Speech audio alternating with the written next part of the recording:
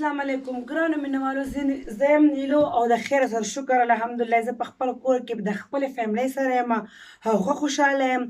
دا چا غلط نیوز ورکړی دی ځکه چې زمونږ فنکاران هم اوس خلک ختموي.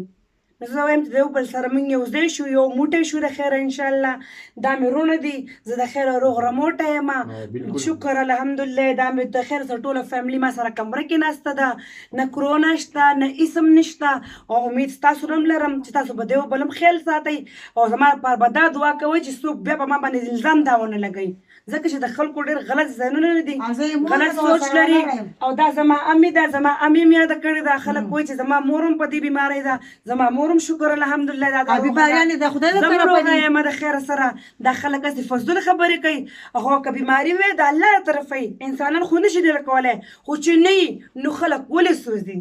نو مهرباني وکړئ چې د دروغو دا الزام مه لګوئ. دا به ستاسو ډېره زیاته مهرباني، ډېره زیاته مننه. وایم چې د یو بل سره ډېره مینه ساتئ، ډېر محبت ساتئ، ځکه چې په مینه محبت باندې د خلکو ذهن سوچ بدلیږي او د خلکو سوچ چې بدلی په مینه به بدلی. ډېره سلام والسلام.